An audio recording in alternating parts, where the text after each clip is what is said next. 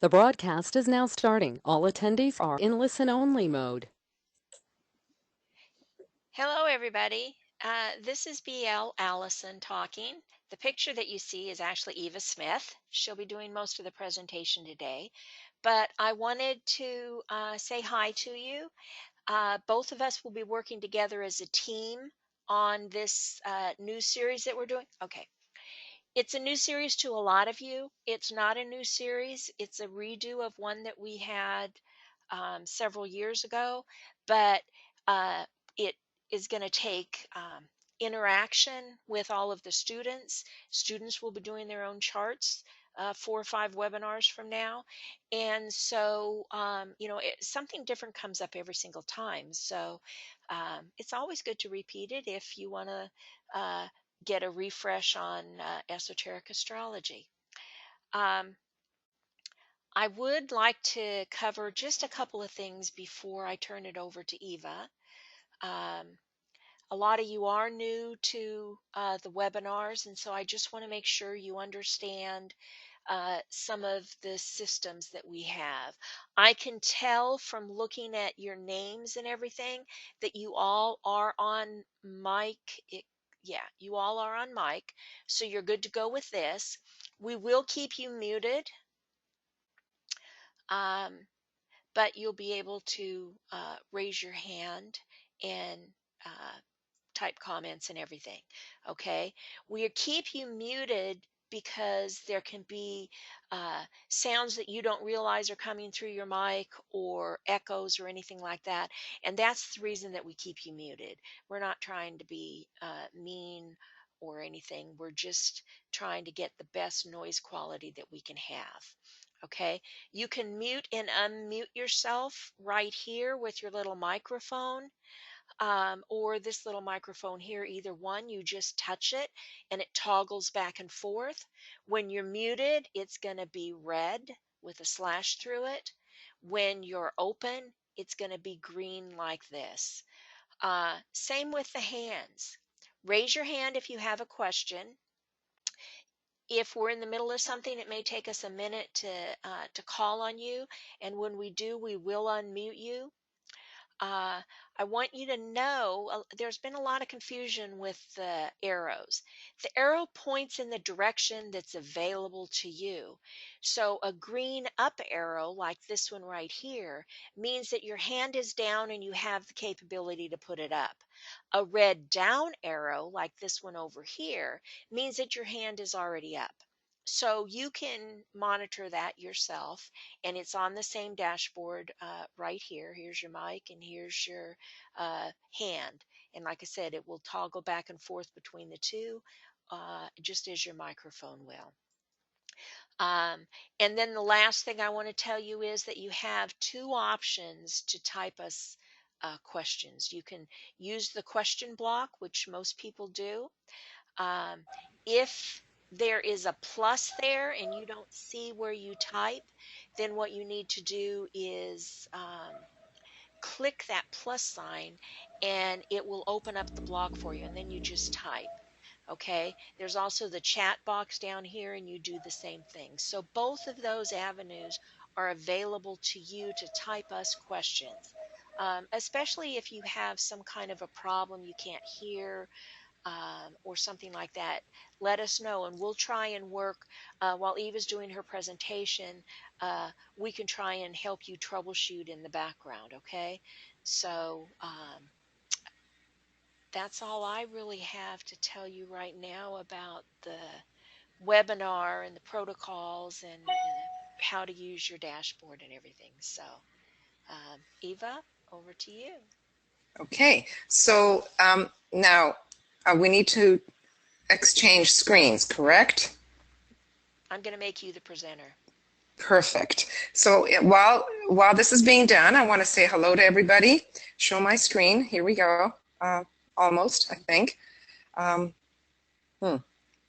So now what? You need to make that small, minimize that, because that's... Minimize that. Okay.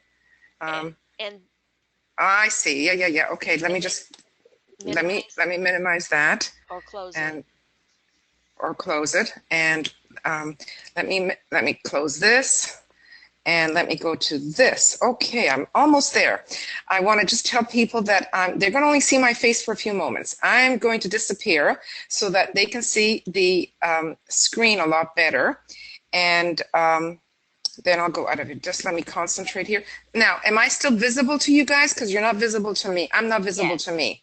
Yes. Okay, so I want to say hi to you all. I hope you're all in there. I want to welcome you, and I want to say goodbye as far as my face is concerned. So here I disappear. Just tell me if I did this correctly. Let me see. Okay, did that work? Yes. It worked. Thank you, thank you, thank you. Okay, so now, there we go. So you're seeing one thing, right? And you're just seeing the solar system. Yes. Right, thank you. Okay, so we're beginning. So as you can see that the sun, way out there, has all these planets in its system, in its sphere of influence. They don't all, as you know, have the same orbit, but this particular depiction shows them all lined up in a row. You can see that there is these broken up rocks or stones separating Jupiter, the huge planet, from Mars, the red planet. And that is to indicate where our personal planets end. The personal planets end where these rocks are. Then you have the intermediate ones would be Jupiter and Saturn. Saturn is the one with the rings around it. And then you have the transpersonal planets. So our solar system is set up in such a way that we can access all these wonderful planets. We'll go into more specifics as we move along. But as an introduction, what is esoteric astrology? So in my notes here, I say that it looks at causes rather than effects. What does that even mean, causes versus effects? It's the underlying behind everything that we see. The effects are what we see. The causes we don't always know. And so it is that which lies behind and under, and that's why the word esoteric or the word occult, which is that which is hidden, that which we don't see, that's what is not in front of our faces. So that gives you an overall idea of the word esoteric in front of the word astrology. So regular astrology, whether we call it regular, whether we call it orthodox or exo, outer, all deal with our personality, their personal astrology. And it goes anywhere from the mundane, psychological astrology, and that's taken off, actually. That's pretty good stuff, the psychological astrology. It also does not deal with fortune telling, and regular astrology deals with everyday life. And the everyday situations. So many regular astrology will tell you when is a good time to buy a house, when is a good time to get married, to have a baby. This is not esoteric astrology. We don't do that. I remember when I first got into doing all these charts, I used to get all these requests to do, I guess, mundane or orthodox or regular astrology, and they would ask me these things, and I realized it is not where my focus was. And so I would then refer other people to them, because my interest is in dealing with the consciousness aspect. The consciousness is the awareness aspect. It is the soul. It is the part of us that is the evolving part and the aware part, the witnessing part. And the very last sentence on this chart tells you the purpose of esoteric astrology is to integrate the soul into the personality so that we can fulfill our purpose. Sounds good, right? Easy. As a matter of fact, many advanced souls do not respond well to traditional or exoteric astrology readings. I know a lot of people who are fairly well along the path, and they will read a prediction in a newspaper or a magazine, and they'll say, this is the stupidest thing. It doesn't even apply to me.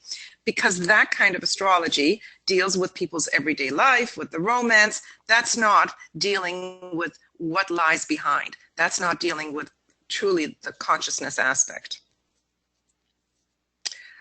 We are not fated victims of our horoscope, even though we've elected to work off karma or to learn certain lessons. So people think that that's it. Just because we have this particular horoscope, it becomes our destiny. It really is not necessarily so. We always have a choice. We can always choose. We can become conscious co-creators by the choices we make. Hierarchy always says we never know what humanity is going to choose to do.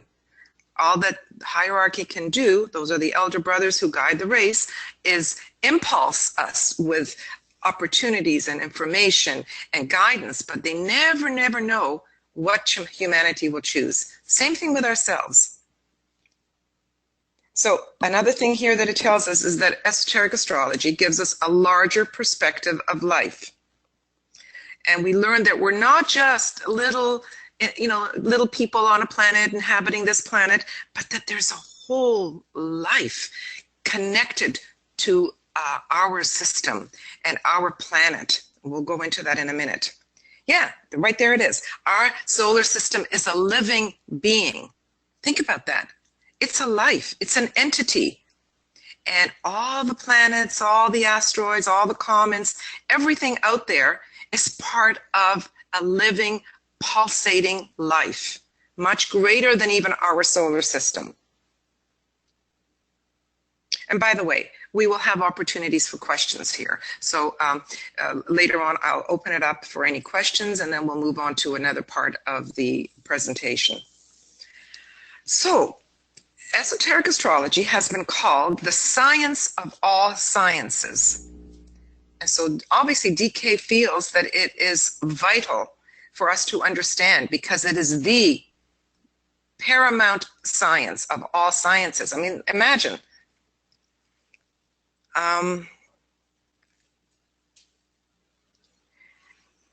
It tells us that it is a system of relating one thing to another. Everything is related. Have we thought of that?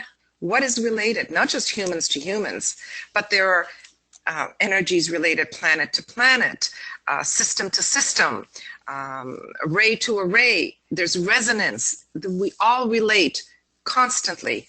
And as we learn more and more about that, we can help within our own growth, and we can help understand where we are within the larger scheme of things. It gives us greater comprehension, greater understanding. So astrology, as we know, is extremely old. It's one of the old and ancient studies. And the elders used to only be able to see up to a certain point when they looked out in the heavens. From the naked eye, they could see as far as Saturn. Saturn was the boundary. Remember the original picture I had up here where Saturn was? It didn't have any of the transpersonal planets that the eye could see, and maybe the eye still can't see that without the telescope. And hence, Saturn became Jehovah, or the God of the Jews. And as we know, the Old Testament is full of retribution, difficulties, loads that the people had to deal with. And many times Saturn is looked at as malevolent because of the retribution and what it wants us to do, the lessons that it gives us, the disciplines that it gives us. But we will learn that Saturn really is the disciple's friend. Now, on this page, you will also see where some of these transpersonal planets and were discovered and when they were discovered. And the interesting thing to note about this is that we only discover once we have the consciousness to be able to deal with the energies of a particular planet. So, for example, Uranus was discovered in the 1700s. And then in the 1800s, it was Neptune that was discovered. So hence, humanity, the scientists were able to put together the knowledge to create ether and anesthetics. It's a ray 6 quality component. And Neptune also conveys ray 6. Uranus is more a 7th ray first ray. It's about revolutions. It's about changing the order of things, creating the new out of the old. And Pluto was discovered in 1930, and Pluto is first ray energy. Many of you may not know your rays yet, so that's okay. Eventually you will as you move through the our school, but I wouldn't be fair to you if I didn't talk about rays as well. So what is first ray? First ray is also known for death and destruction and annihilation. And we know that once Pluto was discovered, we also started to work with munitions, with warfare, with death, as in bombs and things like that. Okay, I have a wonderful quote here. This is from Esoteric Astrology. It's early on in the book. It's on page 7. And if we were sitting together, I would have one of you read it. But since we're not, I'm going to read it. So space is an entity. It means it's alive. The entire vault of heaven is the phenomenal appearance of that entity. In him, we live and move and have our being. It is the life. It is with the life of this entity and with the forces and energies, the impulses and the rhythms, the cycles and the times and seasons that esoteric astrology deals. So it's vast, it's huge. I mean, the vault of our space. And one of the things that I learned a long time ago is space is not empty. Space is alive. I mean, imagine, space is alive. We look at empty space, space between you and me, between you and another being. And all of that is living energy. I mean, that blew my mind when I first really took that in. So the source of this new information is Alice Bailey, and she acted as an amanuensis for the Tibetan, and 24 books were written during the periods of 1919 to 1949. And for those of you who do not know DK, he is really the true author of most of the books. He is known as the Master Jewel Kul. At the time, he may have been in incarnation. Now he's out of incarnation, but he was able to work with Alice Bailey in a telepathic way. So she hand wrote everything that she received telepathically. She was not a channel, and she did not step out of the way and allow him to work through her. It was a telepathic communication. The beauty of these books that were written by Alice Bailey is that they were written for a Western mind, which thinks and works differently than an Eastern traditional mind. One last thing here before I move on is when reading charts, the ideal is to integrate both the esoteric approach and the exoteric.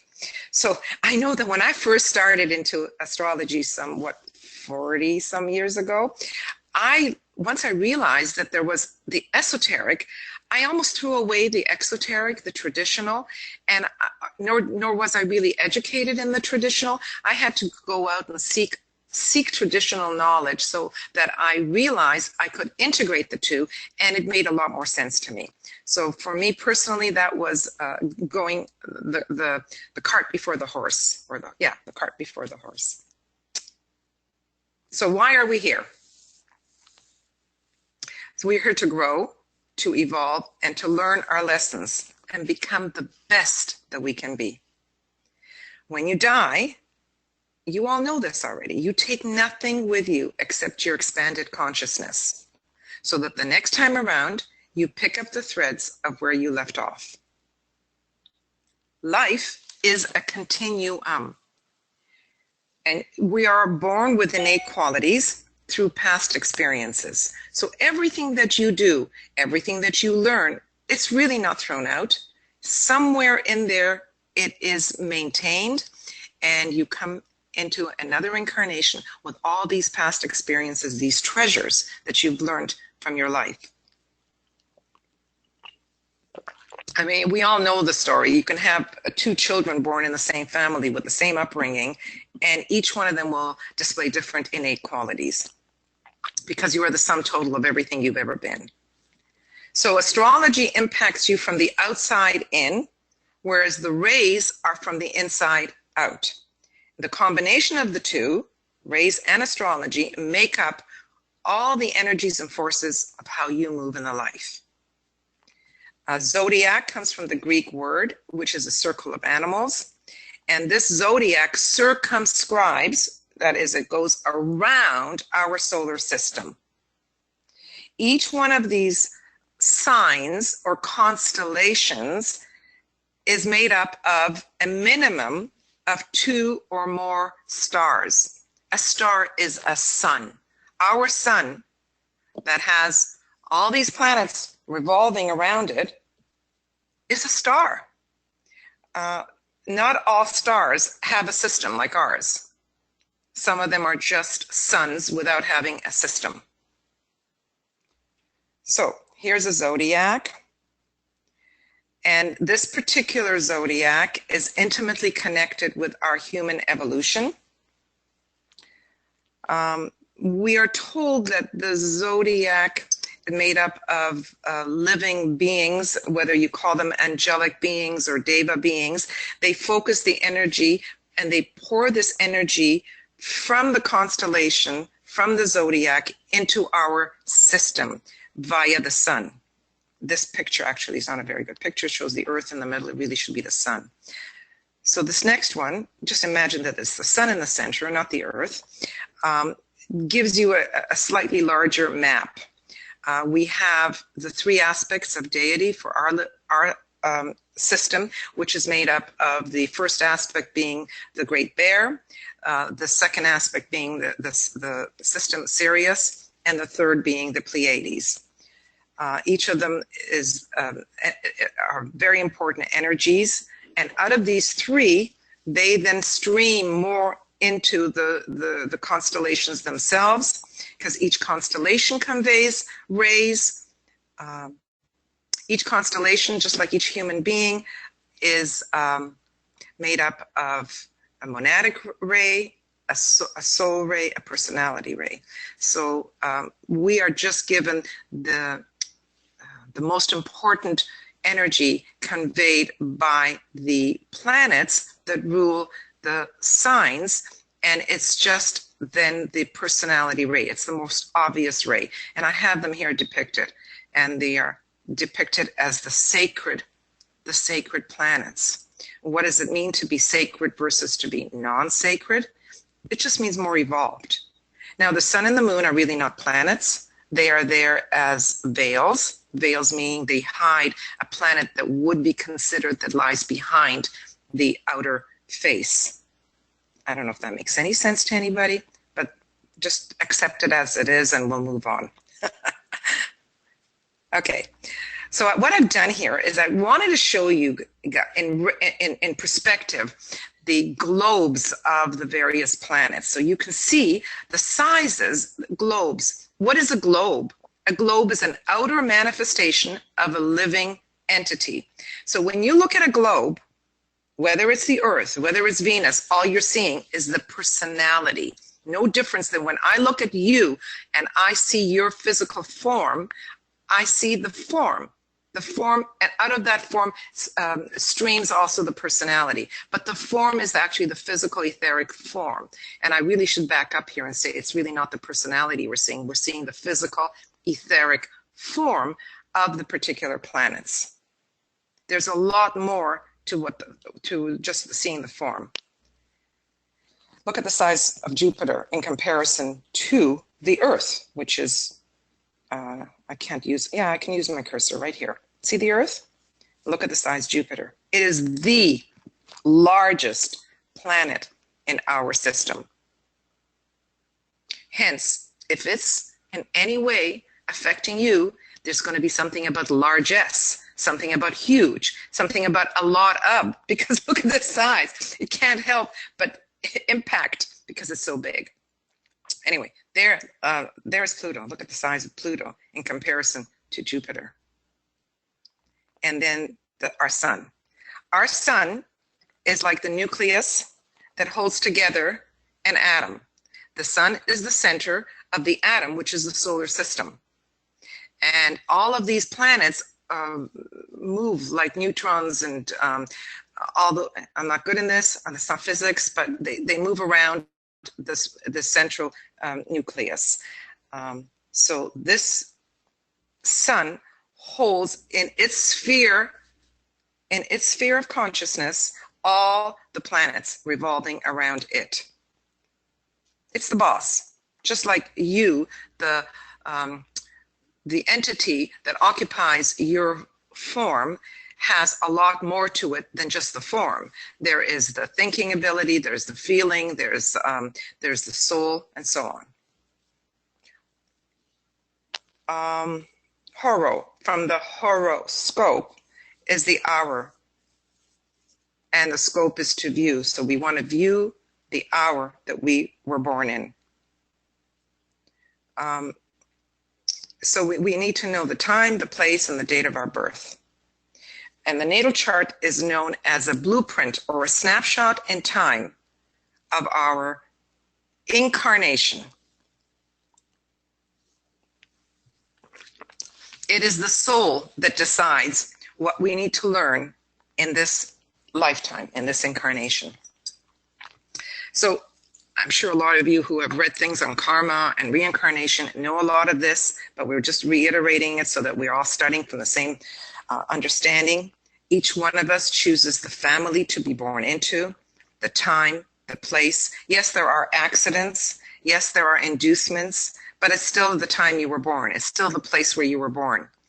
And we choose the characteristics, the circumstances, the challenges, the abilities, and all the powers that are going to influence us.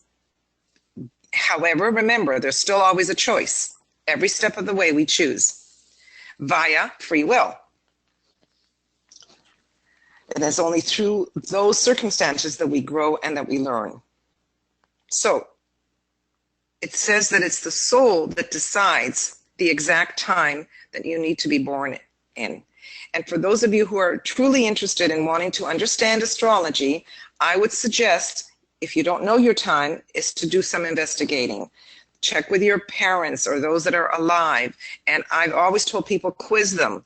Ask them if it was day or if it was night, who was present. Try to get as close a time as possible to the exact time that you can.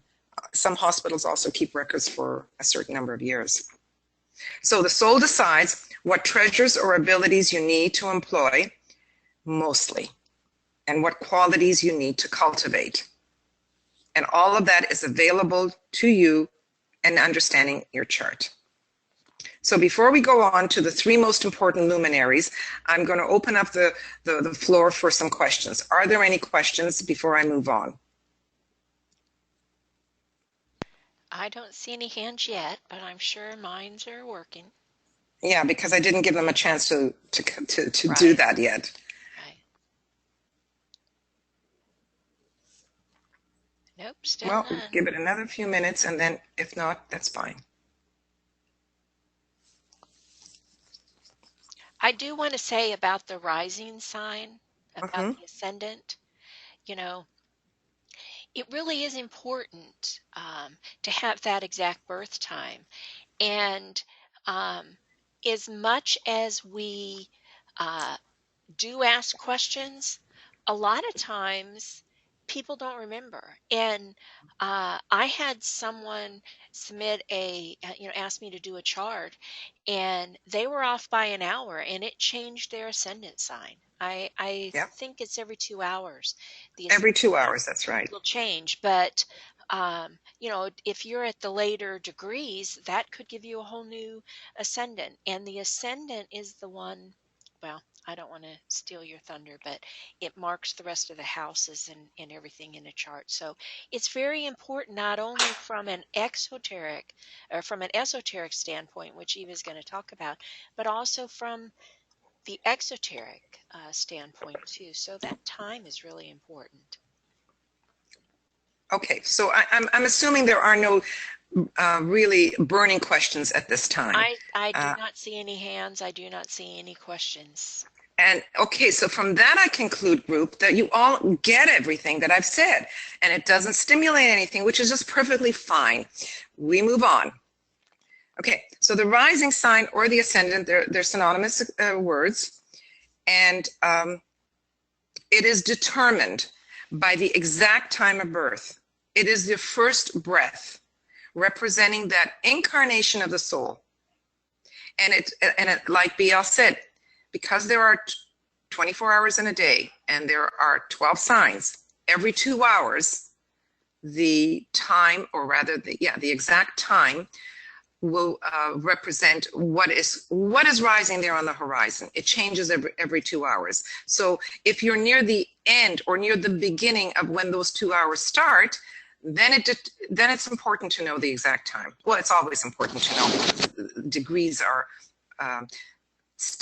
affected, relationships and degrees are all affected within the sign. So anyway,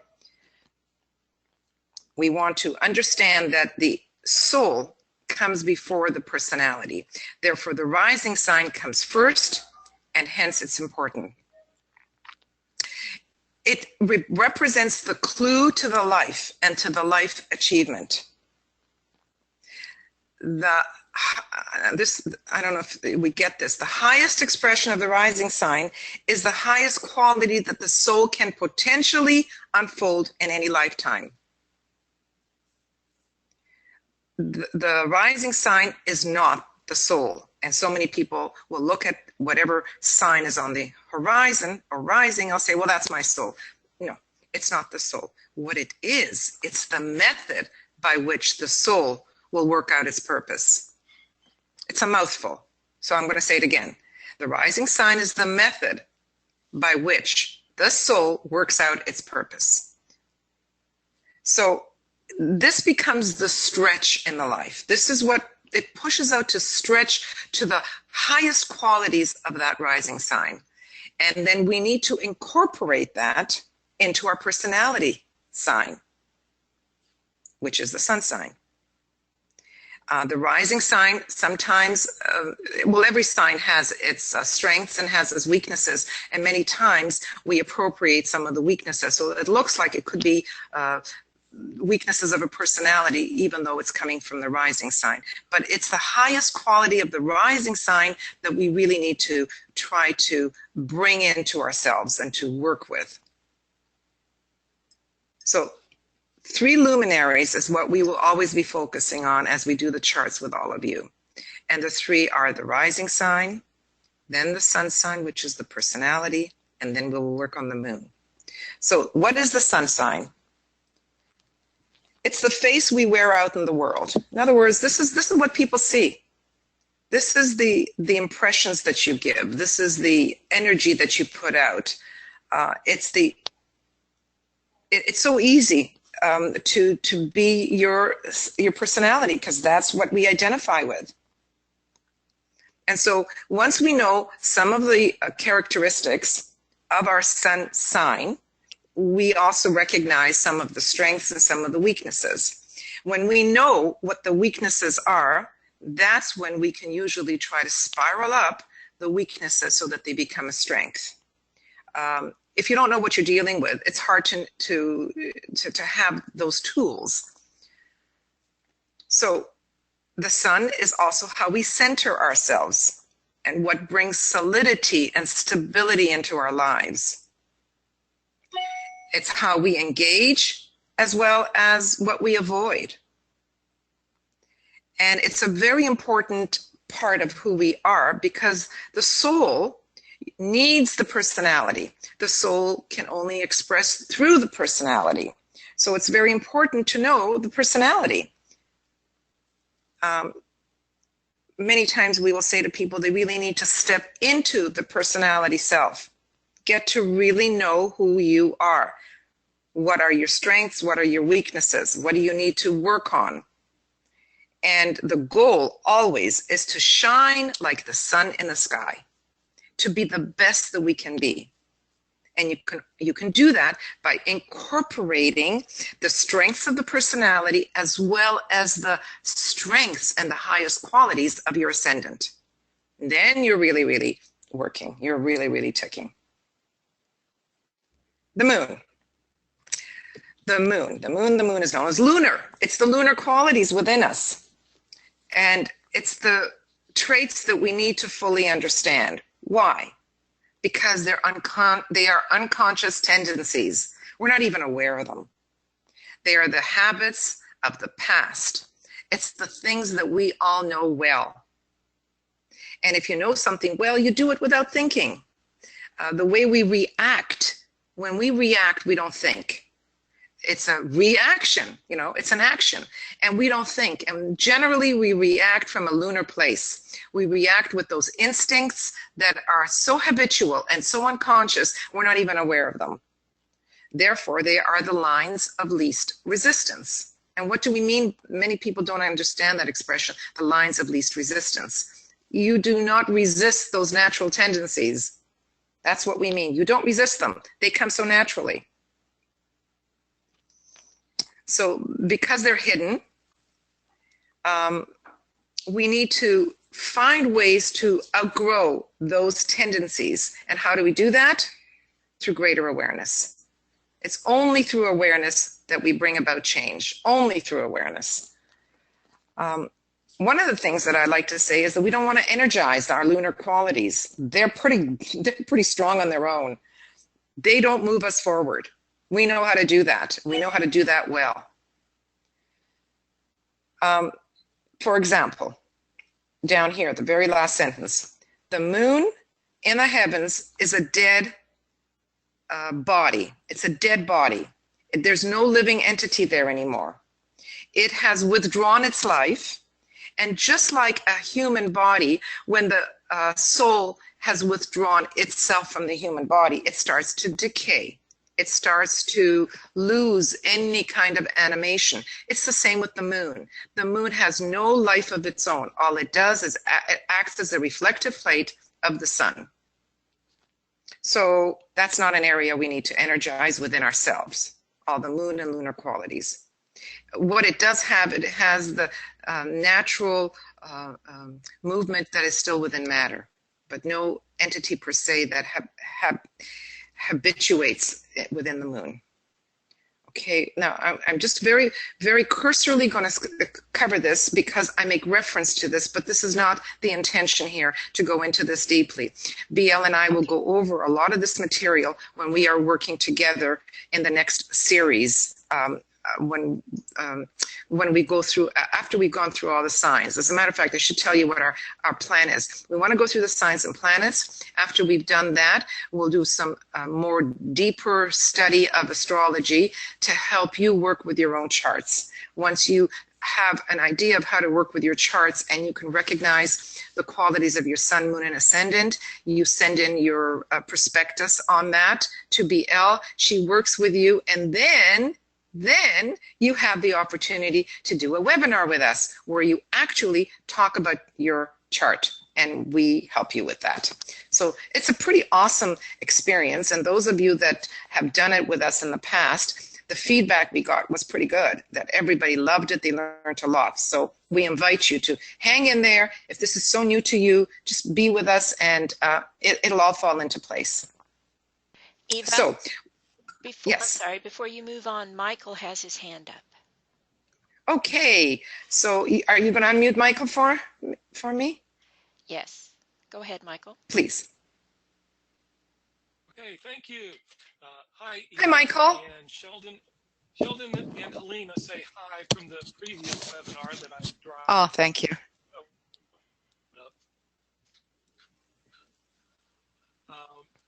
But anyway, is that it? It's important to be traditional. Yeah, I'm experiencing network connection difficulties from time to time. But it's important to, can you hear me? Yes. Okay. It's important to recognize the distinction between traditional astrology and esoteric astrology in these three luminaries. For instance, in the textbooks that Alan Leo put together in the early 20th century, he calls the ascendant the body, the sun the individuality, and the moon the personality. Mm-hmm. So we want to help people get out of those confusing terms. Absolutely. Well, and part of that has to deal with traditional astrology, because the exoteric purpose of the ascendant is the body. It's the physical person that we show to the world. So, you know, Alan Leo was a very good esoteric astrologer, but he did use um, a little different terms, but they are the same terms that um, DK uses. You know, when he talks about the sun being the individuality, he's talking about you know, that Leo individuality that you have to have. Um, you have to find yourself before you can find the soul. So I just want to say that you know, there's a lot of uh, terminology that's used, and we just have to learn the proper way to relate those terms together. Right. And one of the things that as we move through the Moria Federation is that there are many, many words that say the same thing. So just hanging on to something you just said, BL, as long as we understand that it's not a contradiction, it's just a different way of expressing those words. But thank you, Michael. Okay, thanks. Okay, so there are 12 signs, and if we divide 12 by 3, we end up with 4. If we divide 12 by 4, we end up with 3s. So there's triplicities and there's whatever, the quads. And the quads form crosses. And so hence there are 4 signs on each cross. There are 3 sets of crosses that form, that have 4 signs on each cross. And all we want to do in this very, very cursory overview here is to just give you a little taste of what each cross is about. They're also known as modes. And the cardinal cross, I've pictured it as red, and I think of a cardinal in a church. He's the head of something, and he usually can wear red robes. It speaks to an independence. It speaks to a certain kind of control and drive, action. It's beginnings. Control over their environment. So just to get a sense of what that is. And I am not going to stay on this very long. We have Aries on one side and its opposite being Libra. We have Cancer at the bottom of that circle and its opposite being Capricorn. So those are the cardinal signs. Then we move to the fixed cross. Again, we have 4 signs. And fixity, just by the word itself, has to do with something that's hard to move. It's almost immovable if you become very fixed. So the words stability come in, the words maintenance, steadfastness, durability, holding on to something and not being able to let go. What is it that we hold on to? Well, we could be very cautious, afraid to move forward, conservative, you hold on to the past. So all those qualities of holding on, of being stable, of maintaining, all fit into the cardinal signs. And we'll start off with Taurus. As to my, it's on the left side near the bottom. Its opposite being Scorpio. Then we go back to the bottom being Leo, and its opposite being Aquarius. The last of the crosses is the mutable. And again, we look at the word mutable. What does the word mutable mean? It's something is flexible, it's adaptable, it can mutate, and therefore it can change. It is the total opposite of fixity. So all the signs associated with the mutable cross have these qualities in common. So there is the changeability, the adaptability, the versatility.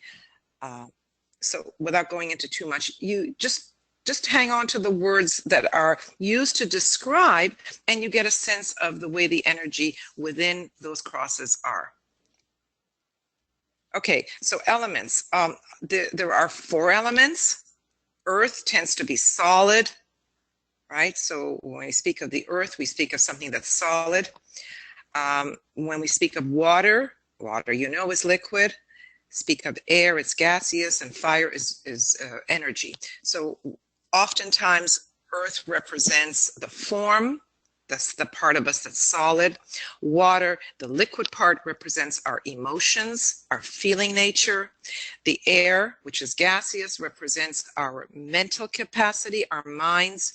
And the fire represents the energy that we use as we move through life. Oftentimes, a lot of fire signs give someone a lot of confidence. If we were to go into a lot of this, we would know fire can burn, but fire can also warm. So fire can be very spontaneous and electrifying.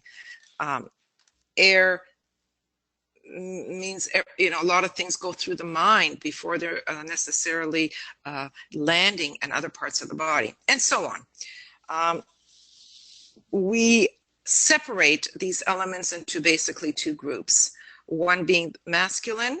Masculine is more outgoing. It's more, the energy moves out, and that we have with fire and air. And then the feminine are the receptive energies, passive and receptive, which would be water and earth. You know, we drop things into the water. Things get buried into the water. The earth is the receiver of everything, right? And so hence it receives. So it kind of makes sense. And that's just the way we want to think about them. Okay, I have all kinds of stuff here about that, but we will get into a lot of this later. I don't want to take up too much time because this is just an intro. We talk a little bit here about the earth and what each one represents, which we're not doing. Okay. Any questions before we move on to the actual signs? And I know I went through that so quickly, but you're not going to be tested on it. Well, yeah, actually, they are going to be tested on it. No, well, I don't mean today. What I wanted to remind you of that I think the students will appreciate knowing is that we will take the slides and create a PDF of the slides. So you guys will, and we're also making recordings of this. So you guys will be able to go back and rewatch it if you would like to, and you will also see the slides. So, you know, you don't need to take crib notes right now and madly work through that. So. Oh, that is so important. Thank you, BL. Do not be writing. Just be listening and giving your attention here, because all of this material is going to be available to you. So yeah, so don't do that. Okay. I wish I had. Oh, I'm sorry. More? Go ahead. Diana No. had a question, but go ahead and finish your. No. I was going to start on this, so let's Diana go. Okay. All right. Go ahead, please, Diana. Is my speaker, can you hear me? Yes. Yeah. I can hear you fine. Oh, good. How do the negative qualities of the ascendant and the sun signs differ from the lunar qualities? In other words, lunar qualities, I understand it, we don't want to mess with them. They're not necessarily that helpful to us. But how do those lunar qualities differ from the sun sign and the ascendant signs negative qualities? Because those, they have kind of positive and negative too, don't they?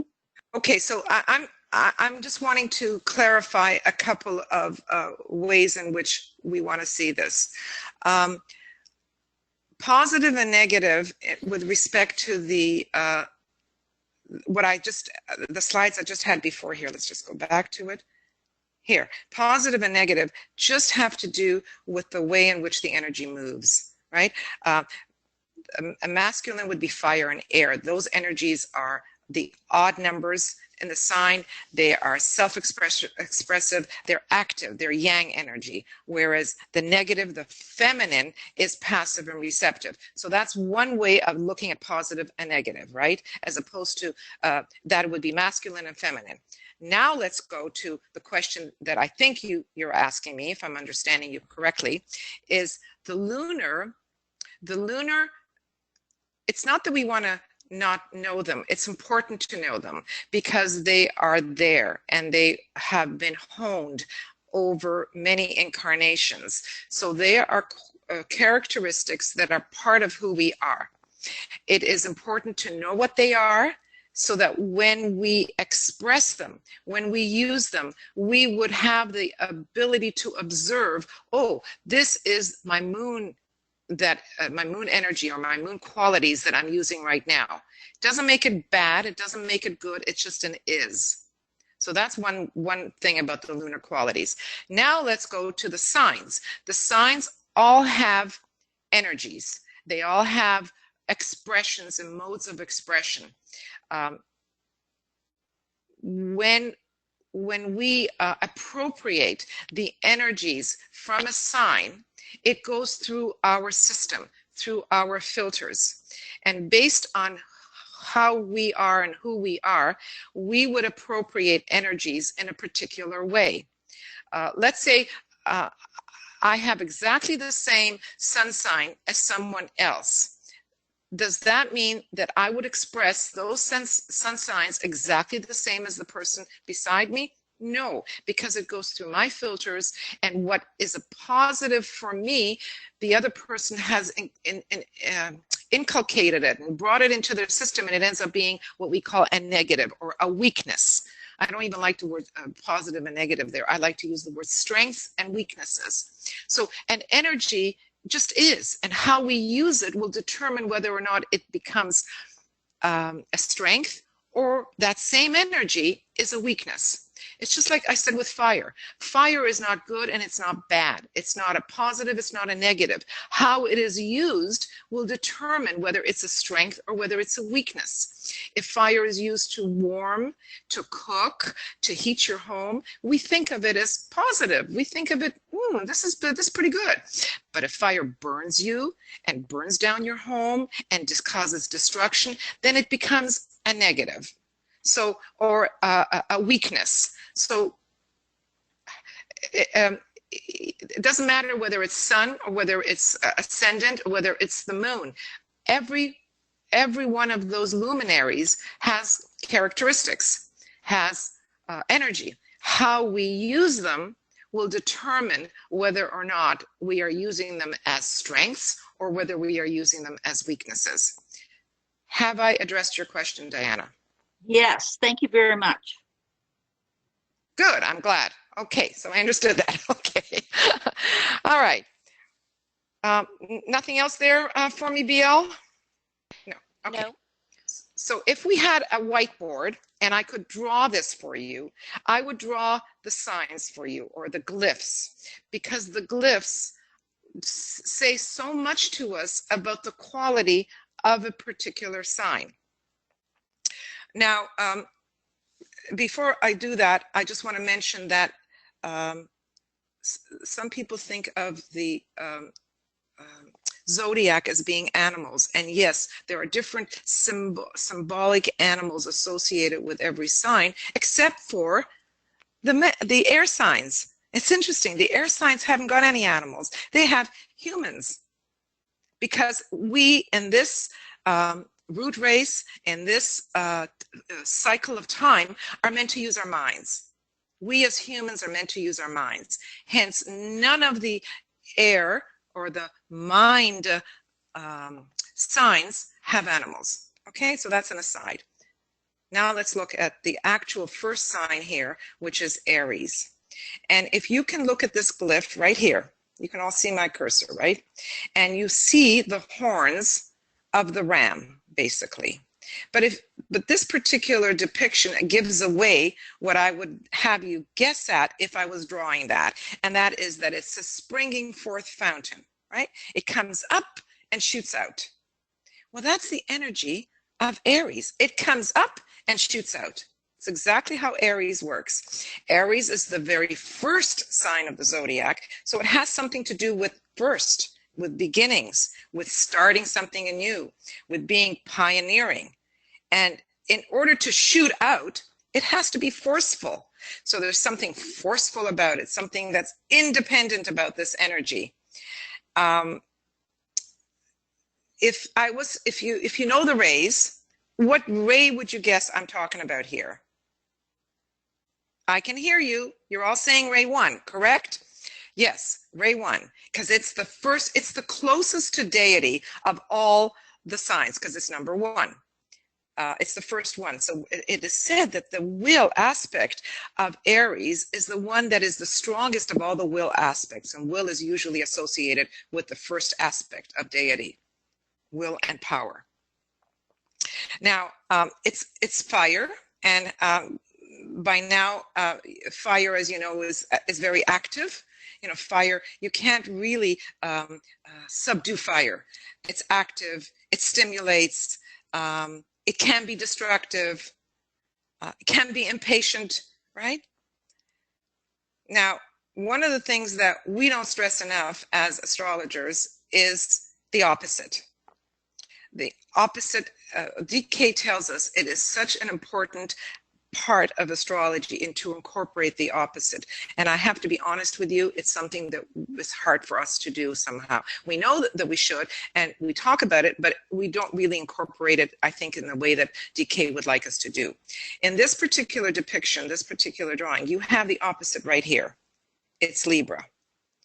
And you can see the glyph here for Libra. So this artist actually does have the opposite right there. But I'm not going to talk about it because I don't want to confuse. So we're going to move on. We're going to move on to look at Aries in different ways. This gives you an idea of how the springing forth, the power that is associated with being the first, just like that fountain. It's the closest to deity. You got that over here. And the first ray is a very strong ray. And usually the ray that is given to us by the Tibetan, the very first ray that he offers us is usually the personality ray. The second ray, and not all the signs are given three rays being the monadic ray, the soul ray, and the personality ray. In the astrology, it would be the reverse. The first thing we are given is the personality ray. The next thing, if we're given another ray, would be the soul ray. And if we're given a third ray, it would be the monadic ray. But seldom is that done. Some signs are we are only told one ray, which would then be the personality ray. In Aries' case, we are told that also Aries has the ray 7. So ray 7 is the ray of construction, of inventing and building. Hence, I have here an airplane. Okay, so just so that you'll know why it's there. Now, we have what is known as rulers. What does it mean to be a ruler of a sign? How can a planet that is a much, much smaller energetic entity than a constellation be a ruler? The words themselves are paradoxical. They make no sense. Yet, a ruler is one that rules how much energy coming from the sign it will allow through. Make sense? So it acts as an agent, really, for the energies coming from that particular sign. And I did, you know what I didn't explain to you guys, and I'm sorry, and I'll go back to that now, is the difference between a sign and a constellation. When we talk about constellations, and as I said, it's 2 or more stars, those are the living entities. When we talk about signs, they are the reference to the constellation, but in themselves, they're not the living breathing entity. They are the sum total of all our thoughts, all our descriptors, everything that has come down to humanity through the ages about those constellations. Okay, so basically that's the difference as far as I see it.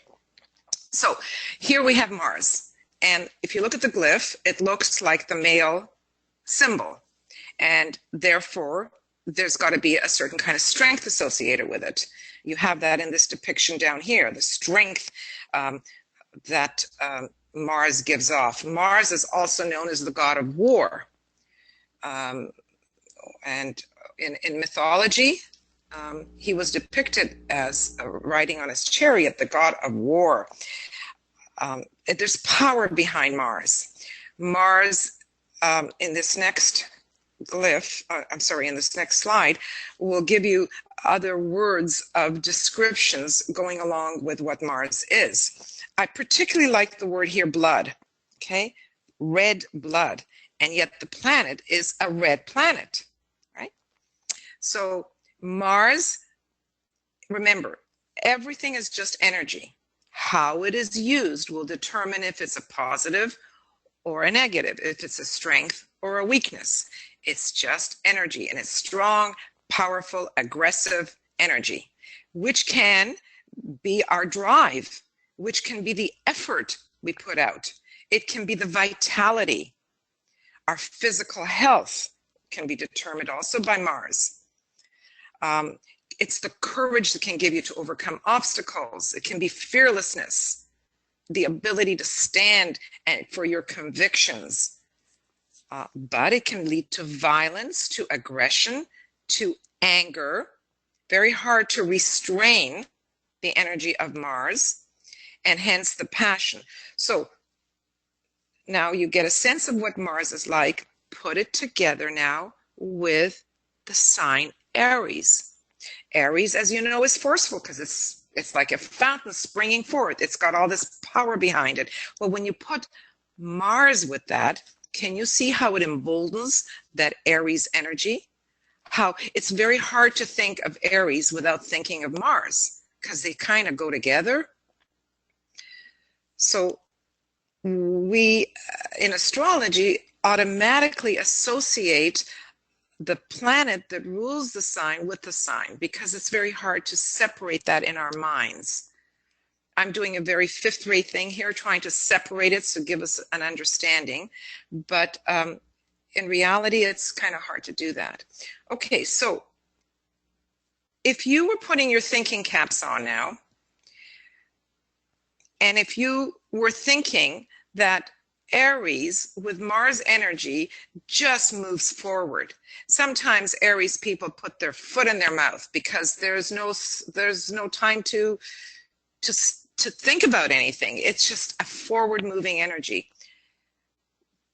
What does Aries need more than anything else to balance it out, to make it more, to make it not as forceful, not as aggressive, not as forward? What do you all think it needs? Because if you notice here, Mars has to do with energy, with forward drive, with the part of us that's stimulated to react. What does it need? I can hear some of you thinking, and I'm sure you're all saying, it needs to use its mind. See, Aries needs to use his mind. So the esoteric ruler is the mind. It is Mercury. So Aries on the esoteric level would use Mercury. Here's Mercury.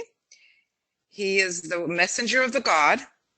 He carries messages from the gods, which would be the higher levels, from the intuition, from the Buddhic level to the mind. So you have, that's why he's always depicted with wings on his helmet or on his heels, because he can flit very quickly through the air. Mercury and the sun are known as one, because Mercury is so close to the sun. So it brings with it all that intuition. It brings with it all that brightness into the mind. And can you imagine a pioneering individual with working with Mercury and the stamina and the energy that Mars gives it, how effective an Aries person can be in the world, a fairly evolved Aries person who has the ability to be able to receive the energies of Mercury.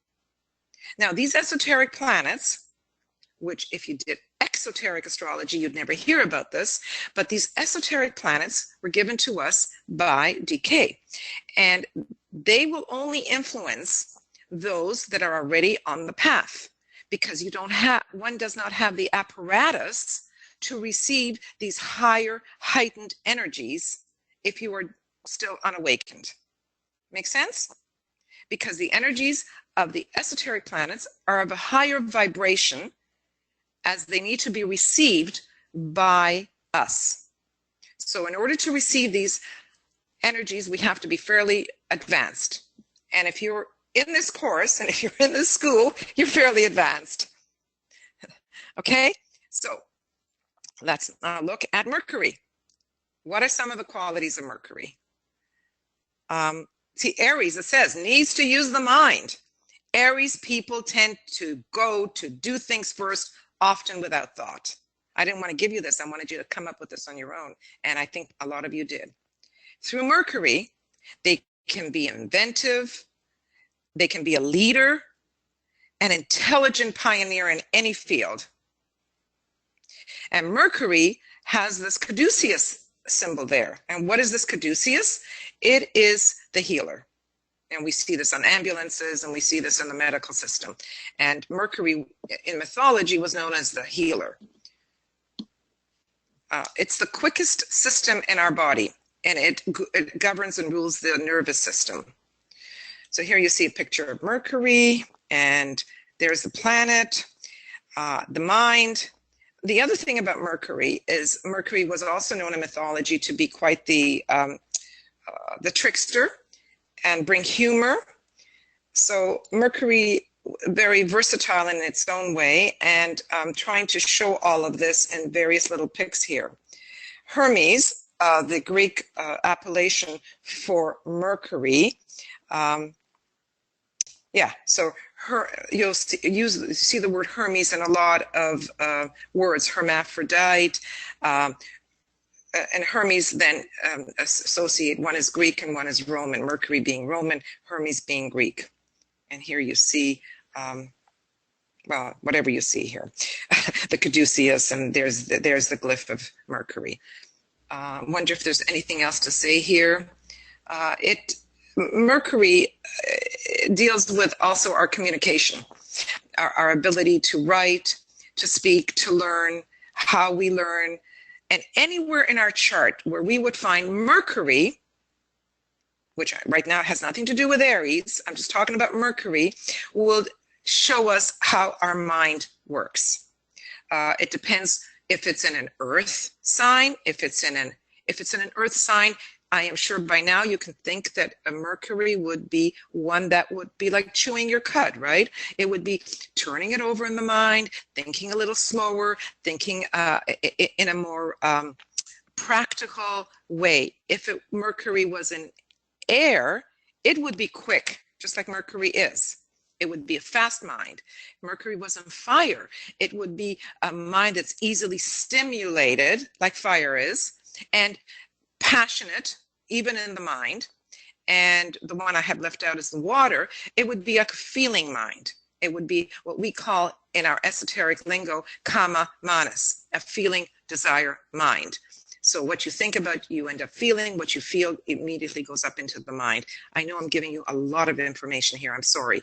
I don't want to leave anything out because I don't. That's it. Anyway, I think that's about all I want to say right now.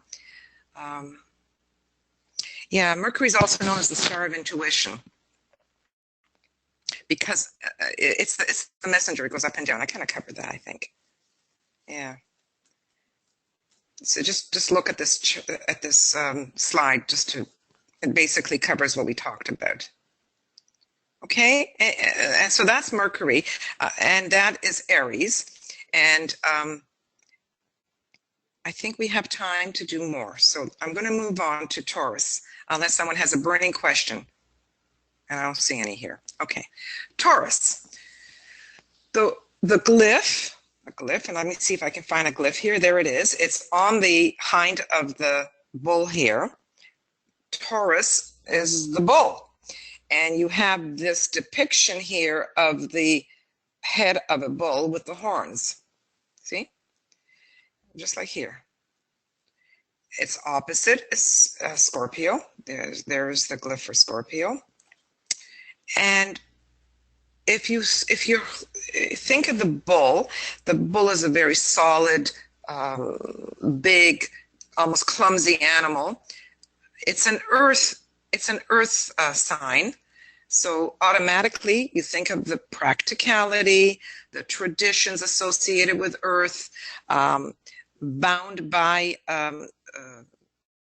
bound by the stability and putting your feet and getting stuck in the earth. It's on the fixed cross, fits under the fixed cross. There's a fixity to the bull. Hence, we can say, stubborn as a bull. Is it easy to move a bull? No, it's not. So we can see all those terminologies having to do with the energy associated with the bull. Let me see what else I can show you here. Yeah, there's all these different depictions of Taurus. We see hands here. Because of the earth quality to Taurus, many Taurians find themselves being able to use their hands working with elements of the earth, whether it would be wood, whether it would be like molding wood and creating wonderful woodwork, working with the earth and being very, very good in the garden and planting, being very creative. There's a fourth-rate quality to Taurus. And so it can be unbelievably creative, weaving and painting and being creative in the way it displays food, which again is an earth thing, right? Creating carvings or woven things is an earth thing. It's a thing, and Taurus is associated with things. The horns here at the top of the glyph almost create a vessel, and many Taurians are known to enjoy their things, to have such a strong desire nature that they love their things and they collect things. And this vessel allows one to place all these things that are collected in this vessel. Kind of get that, you see? So many Taurians collectors, they just like to collect things. And it is ruled by Venus. Venus, the goddess of beauty and love. And if you love things, you tend to collect them. You tend to buy them. You tend to think of them as precious, to value them, to desire them. So there's a strong desire quality associated with Taurus. You appreciate, and hence many Taurians have very, very, fine sensibilities, and they can distinguish quality. They can distinguish the refined things in life. Venus is an extremely evolved planet.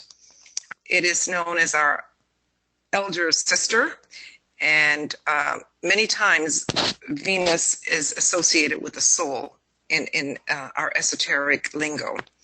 So, but here it's the ruler of on the personality level. It's the exoteric ruler. So I don't really want to say soul. It tends to sometimes make one think about what is meaningful in life, because the soul is about meaning, and yet it's still the exoteric ruler. So there's a fine balance here between trying to move it into its esoteric qualities and exoteric. Depending on how evolved someone is, will depend on how Venus is appropriated.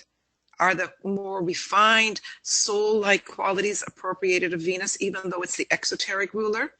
Or is it strictly on the exoteric physical plane where it's all about things? Venus also rules the ajna center. The ajna center being, some people call it the third eye, right here on the forehead. And it is said, when thine eye be open, all is illuminated. So Taurus is the only sign in the entire zodiac that is associated with illumination. And Venus plays a huge, huge part to that.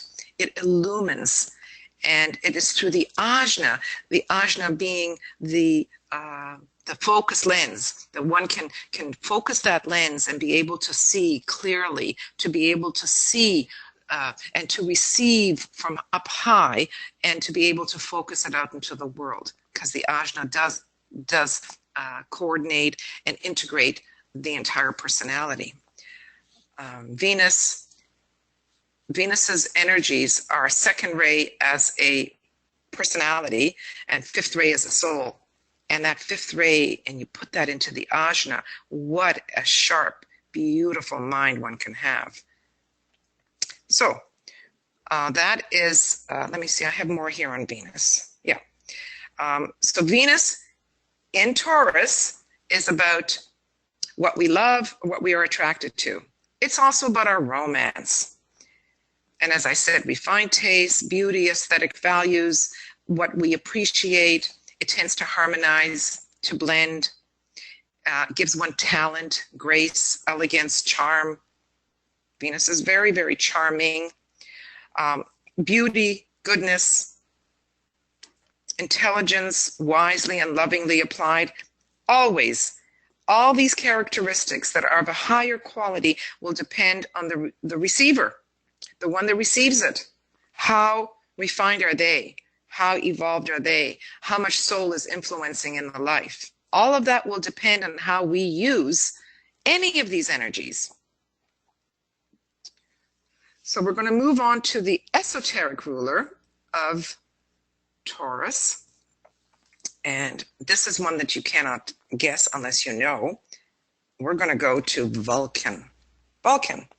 Vulcan is known as the blacksmith of the gods. Hephaestus is another name known in Greek mythology. This depiction of Vulcan makes him look really cool. You know, nice physique, working as a smithman. But in mythology, he was known as being hunchback, ugly. And you know who he ended up taking as his bride? He took Venus. He took Venus. This is, here you have the Beauty and the Beast. This is where you get all the stories about Beauty and the Beast. He was very much beastly looking, but his talents and his ability are unbelievable. Vulcan, he is, first of all, Vulcan carries with it first ray energy, and known as the hammer of the gods. So he, with his anvil there, he works away at the metal, refining it, burnishing it, making it really, really beautiful. He was known to work with all the tools that were used in war, like the shields. Maybe he worked with helmets, and he certainly, worked with spears and whatever. He refined metal. And if we look at what all that means, is that he works with one's spiritual will. First ray energy. So it's the will to change one's passion, which Taurus is very much into passion and desire, into compassion. It becomes the will to change the greed that is also associated with Taurus many times, wanting to have, to wanting to satiate all those desires, and moving the greed into a sense of need. It is also the will to become steadfast and steady. In other words, it helps one work with the soul, getting to know the soul, getting to refine the higher aspects of one's energy. Let me see if I have another. Yeah, I've got some more information here for you. Uses pressure and heat, intensity and endurance. So Vulcan is so close to the sun that we don't actually see the planet with our own eyes. We are told that scientists can actually sense the magnetic field of Vulcan, that there is some kind of a magnetic energy there, but they don't see it. So you can imagine how powerful that energy is. Mercury, which would be the next one over, we are said Mercury and the sun are one. Where is Vulcan? Vulcan is between Mercury and the sun. So it's even closer to the sun. So the amount of intensity and heat and power associated with Vulcan is tremendous. And in our charts, it's always only up to 8 degrees of either side of the sun. And why we cannot pinpoint where it is because nobody knows exactly where it is. We just know we can sense a magnetic field around it. So when we are moved by Vulcan, as Vulcan transits and moves us, we start to feel a little uncomfortable. It's like taking the metal. You see the metal that has been honed and worked. When a blacksmith works with that, he moves it and puts it into the fire to heat it up so that he can shape it and he can form it. Then he has to cool it off and put it into the water. And then you get all the steam coming up. So it can create a tremendous, what's the word? A time when, you know, you're very, crisis, just boil it down to crisis, where tremendous amount of energy and you feel really strong feelings, and then you cry and whatever it is. It's a time that it can really, really shake you up, because it's time for you to change. It's time to reveal the soul within the form. It destroys those attachments that we have to the form, because Taurus is so much associated with form. It's earth, it's form. I hope that kind of clears that up. Any questions so far on that? Any questions? I don't see any. I'll give them a moment. And I'm just looking at the time, and I think we can still do the third one, even though I spent a lot of time on the intro. I think we can get the third one done. Yeah, I think we can. Okay. No questions? Oh, people, I'm so glad you get this. Yeah, crystal clear as mud. Yeah. Natalie wants to know where Vulcan is in the chart. Uh-huh. Well, you see, that's a good question. We really don't know. We just know it's within 8 degrees on either side of the sun. So when there are transits and it's moving towards our sun, it might be hitting Vulcan. The astrology charts that are solar fire, they tend to put Vulcan in there, but we have been told by people that know a hell of a lot more than I do that we really shouldn't put it in there, because we really don't know where it is. So we don't. It's that simple. We really don't know. We just know that it's on either side of the sun within 8 degrees. Yeah, but that actually helps us a lot, because a lot of people, you know, if their sun is between 9 degrees and 21 degrees, they can say for sure what the sign Yes. is. They may not be able to tell what the house is. I know I do actually use Vulcan in my solar fire charts, but I always put a little caveat in there that you know, we don't know for sure, and we're guessing. And if it's possible to be in 2 different signs or 2 different houses, I will usually put a little caveat in there too. So it gives people an idea, because many times, you know, you can actually get the sign if you can't get the degree. Right.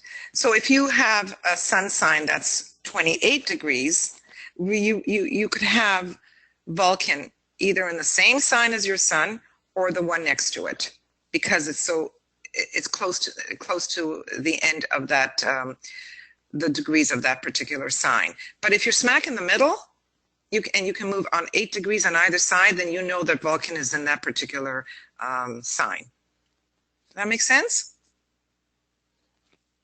Okay. We're going to move on to Gemini. So I did cover with you guys the Ray 4 for Taurus, and the Ray 1 for Vulcan, and 2 and 5 for Venus.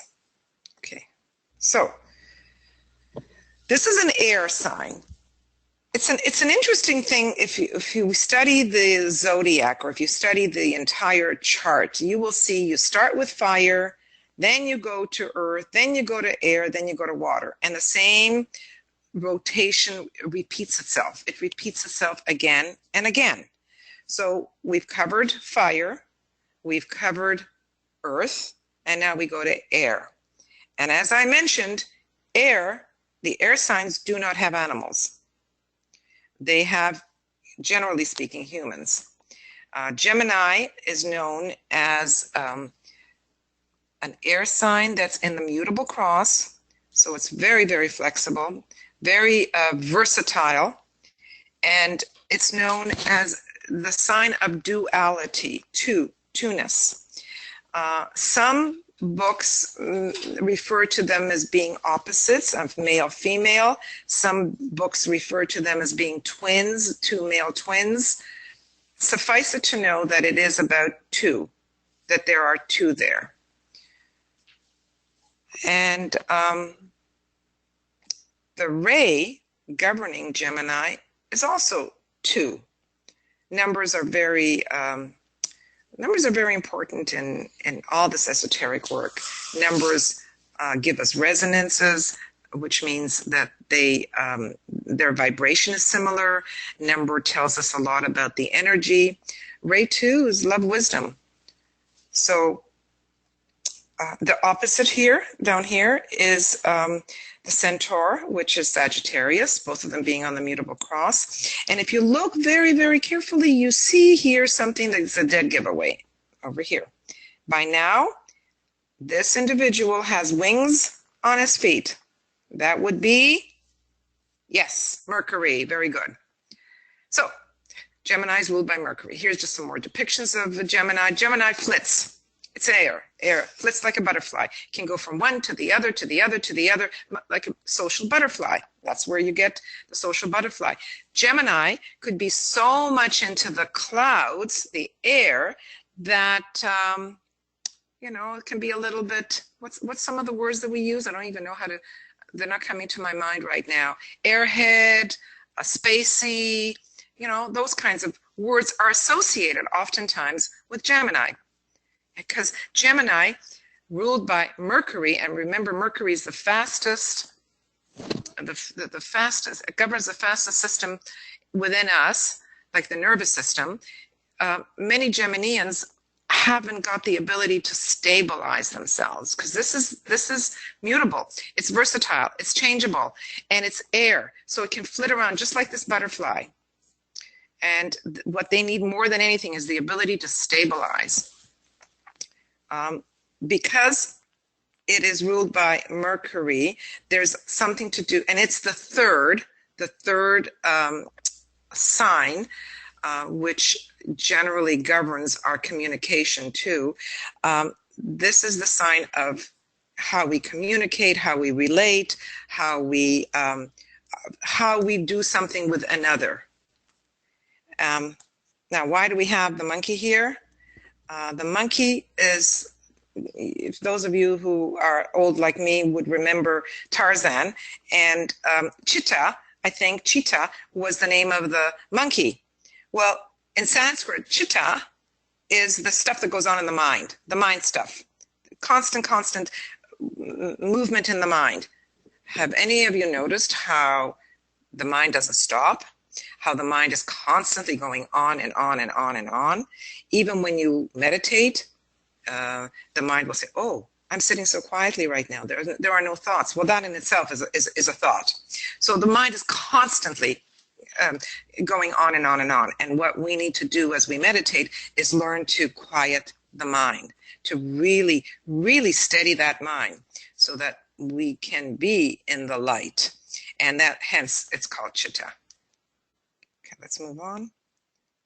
Mercury. Well, we've already covered the qualities of Mercury, and this is just the same pictures as we had before.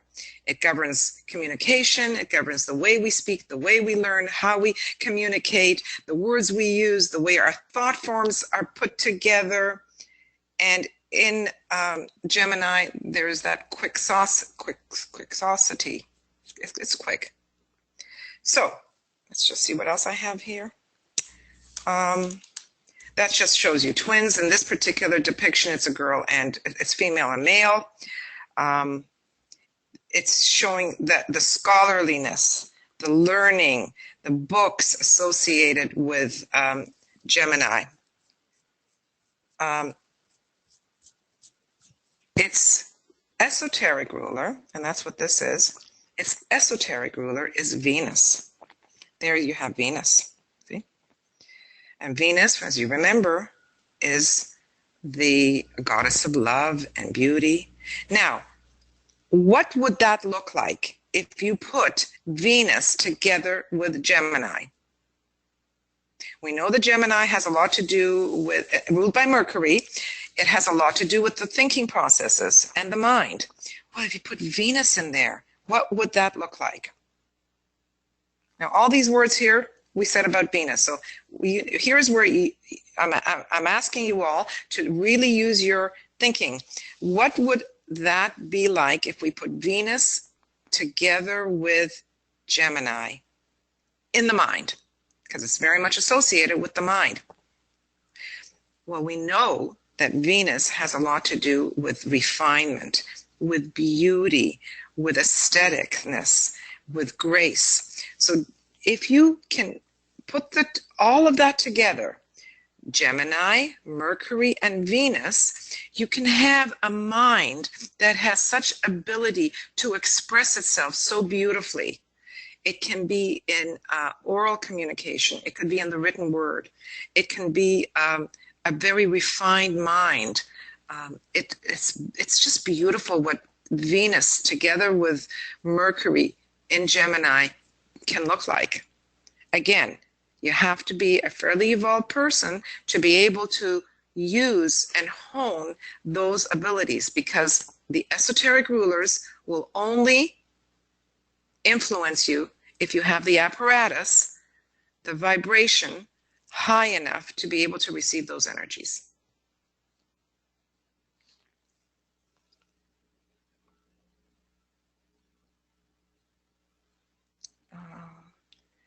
I think we're just about done here, unless we can open up the floor here to explore more of this, to explore, to ask questions, because really the rest has to be stimulated within one's own mind, everything that has been said thus far. So I'm opening the floor up. If you have comments, questions, you want me to explore something a little bit more, this is the time. You can ask either BL or myself. Okay, Diana has a question. Go ahead, Diana. Hi, I've read some material that talks about the moon veiling a certain planet. Yeah. Could you speak to that, either any of you or either of you? We have not hit yet a sign where the moon veils a planet. When we talk about Virgo, we will get to that. But all that really means is that it stands in front of a possibility of other planets.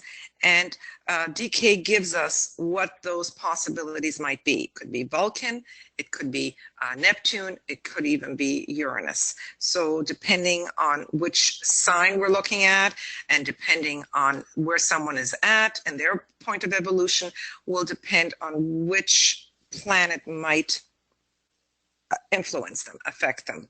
So all that a veil is, it covers something up.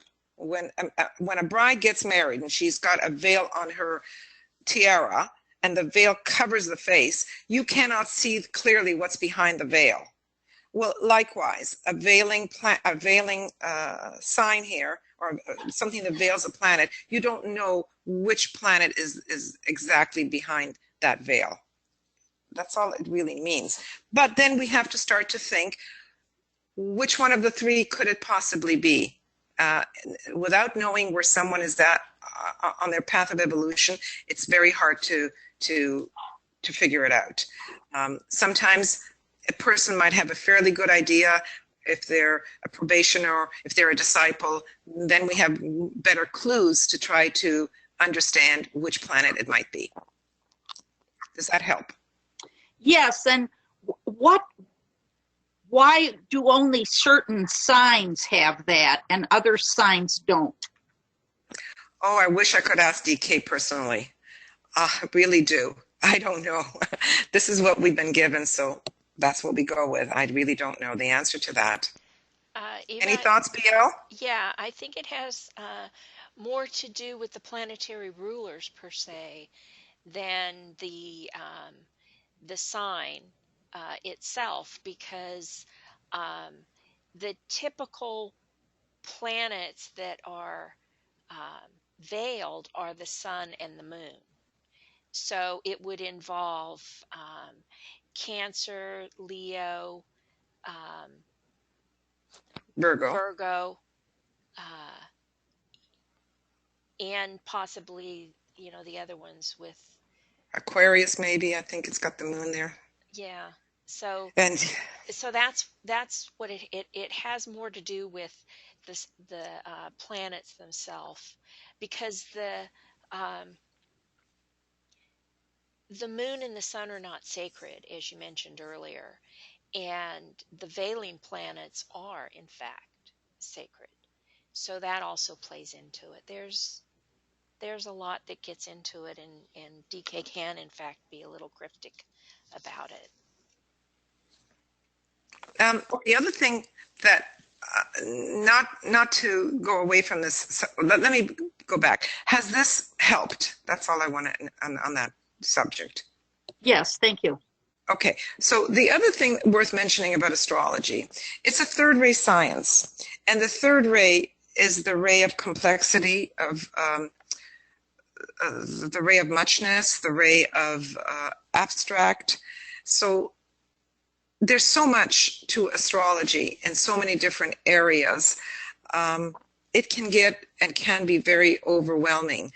There are certain things that I would encourage everyone to memorize, and that would be the 12 signs, what they are, the order of which they are, their ruling planets.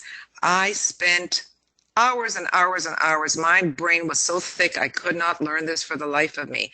I kept having to work on this and work on this, and eventually I learned it. So for those of you who are struggling with this, it's so natural, but this is the part that is memory.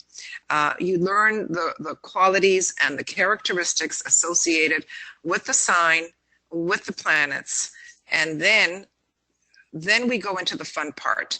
And the fun part is, once you have the basic understanding, we start putting it all together. Then we start to see what goes with what does that mean? Because everything is relationships. Everything is how we relate. This relates to this and this relates to that. We start to see things, and this is where it's fun, actually. It really is. But without understanding the basics, it makes it harder. So for those of you who are new to this, just plug away at it. It's really worth it. And remember, you take everything with you into your next incarnation, so it's never a waste of time.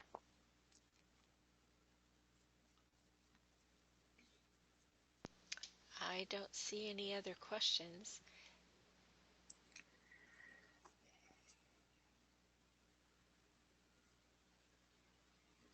Oops. No, I don't want to go there. So the aim is we will try to get as much done as we can before the conference. The conference is, it's early May, is it not? Yes, it's 24 April to 6 May.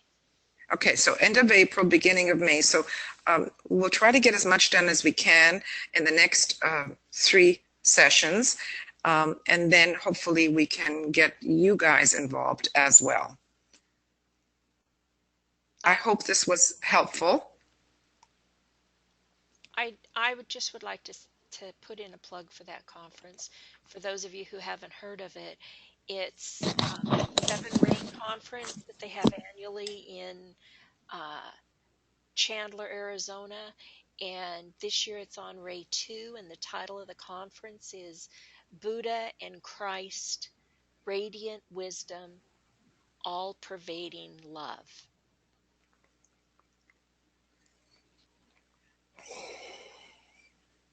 Mm-hmm.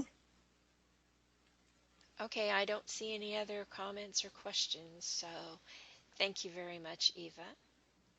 Well, thank you, everybody. I certainly appreciate you attending, and I hope that what we've offered helps. That's the purpose behind it. And as was said, this is being recorded. It will be available, and we will do that with all the presentations.